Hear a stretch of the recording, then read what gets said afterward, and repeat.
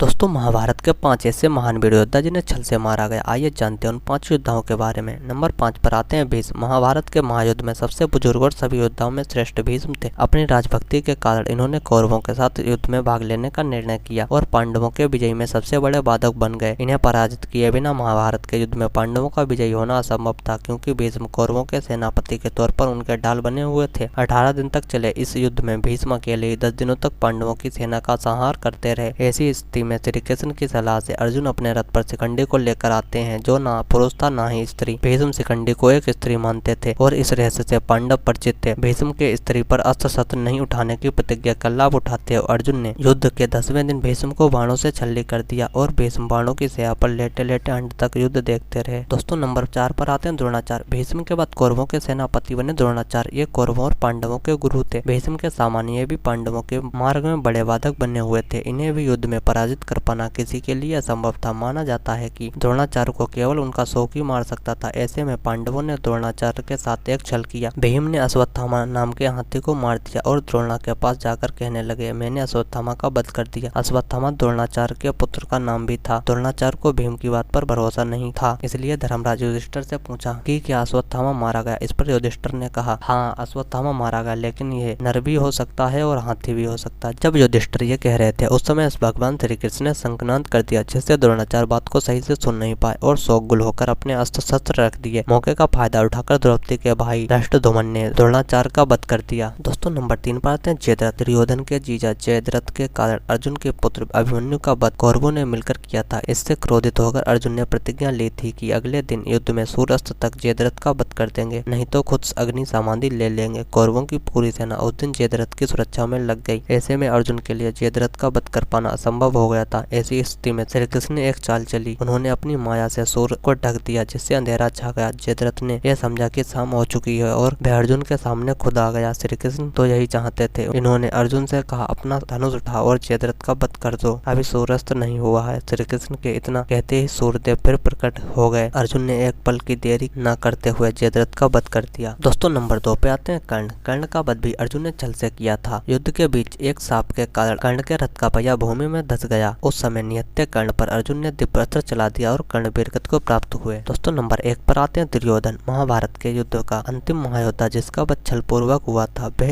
है दुर्योधन, जिससे महाभारत का खलनायक भी माना जाता है। दुर्योधन और भीम के बीच में गदा युद्ध हुआ। इस युद्ध में गदा का प्रहार कमर के ऊपर करने का नियम था, लेकिन भीम ने कृष्ण के संकेत पर दुर्योधन के कमर पर वार करना शुरू कर दिया, क्योंकि दुर्योधन के शरीर का ऊपरी भाग गंधारी ने ब्रज का बना दिया था। इस तरह छल पूर्वक दुर्योधन का भी अंत कर दिया गया। दोस्तों वीडियो कैसी लगी कमेंट करके जरूर बताना। ऐसी और वीडियो देखने के लिए चैनल को सब्सक्राइब कर लेना।